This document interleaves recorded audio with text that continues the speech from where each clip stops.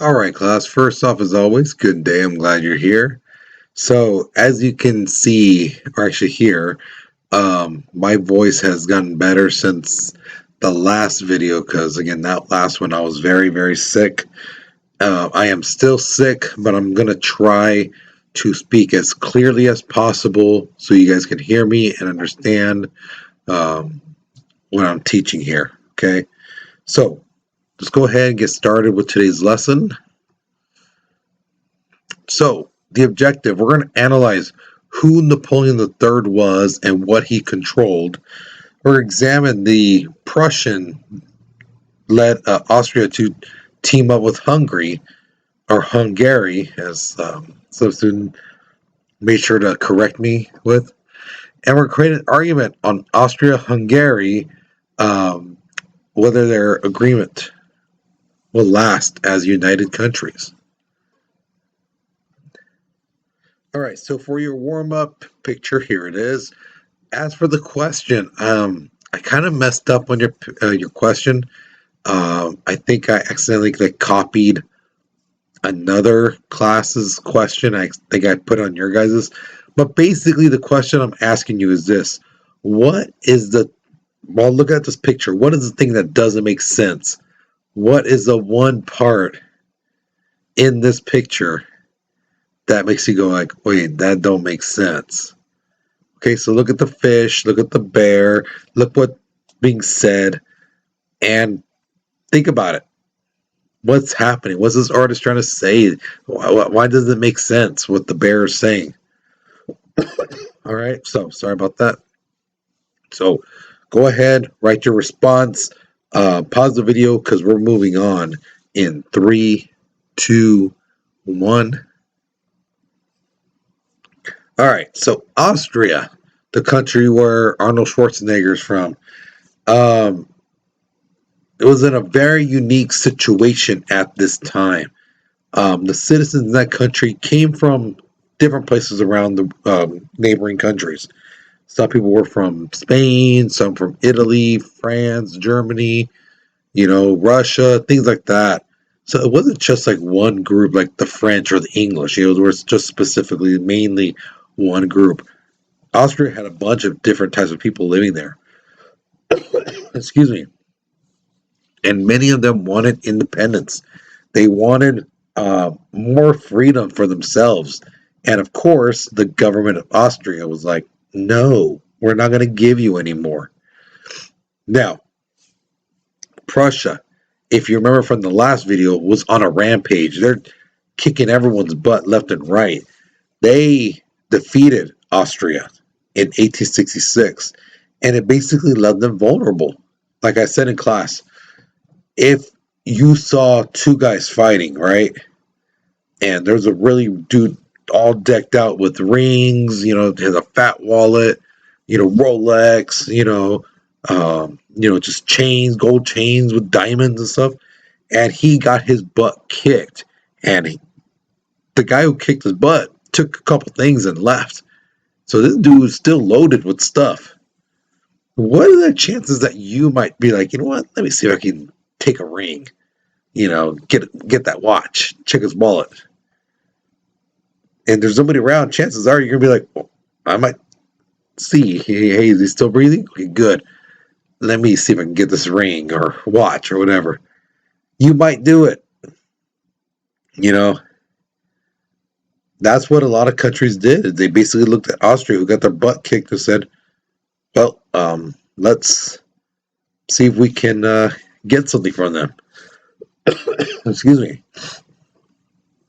Now, before the Crimean War, they would have at least had backup. Russia would have been right there by them, making sure that they were okay and things like that. But because of what happened with the Crimean War and how Austria basically told Russia, no, we don't want you coming through our land because we don't want to get involved in this fight that you're going through. Because they did that, Russia, their only friend, basically turned their backs on them and did not help them at all. So they're basically by themselves. They're hurt. And this is where the Hungarians come in and attack Austria. And they force them into this thing known as the Treaty of the Compromise of 1867. Now, the Hungarians had become an independent nation. The compromise with Austria, it really didn't give too many people satisfaction. The citizens of Hungary, because the thing is, they had a sense of nationalism, and what nationalism means is like you're really, really proud of your country. You know, we're the best. We're number one. We're the best of the best. You know, uh, and the thing is, it's good to have pride in your country, but it's another thing to think to yourself, to tell yourself, we are the best in everything, and there's nothing wrong with our country. There's we did nothing wrong ever. We're perfect. That's just bad thinking. You know, every country has done horrible things. So to say your country is perfect and has done nothing wrong in history, yeah, that's crap. Now with the compromise, the country, two countries, Austria and Hungary, basically become one. They basically are like a couple that broke up, but they still live in the same apartment building. Each one had their own constitution. They had their own laws, own government, own capital. Like Austria, their capital was Vienna, and Hungary, their capital was Budapest. And like I had a student ask me some years ago, is that the same place that in the Marvel movies, the Black Widow and that Hawkeye guy kept talking about is Budapest? Yes, that's the same place. All right, Budapest is in Hungary. In Hungary, okay. Now, in order to keep the two states together, they needed to have one king, one monarch, and it just so happened that this guy right there, you see that picture? That's Francis Joseph. He just so happened to be both the Emperor of Austria and the King of Hungary. Now, how is that possible? Because you have to think back to those medieval times when a king would marry his son to another person, another a princess, because they wanted those two countries to be friends and things like that. So there are those two kingdoms to be friends, and the next person in line would be their son, you know, things like that. So as time went on, it basically created like a spider web of like who in this country, who's the next one in line to be king or queen or whatever. And for Austria and Hungary, it was the same guy, Francis Joseph. Now, we talked about how what things they had separate. Now let's look at what they had together. They had one huge, massive army. They had the same foreign policy, basically how they're going to deal with other countries. And they had the same system of finance, meaning they had the same dollar. So you can go to Austria, have a job, things like that, and then get paid, and then go on vacation to Hungary and spend your money there because they took the same type of dollars. Excuse me.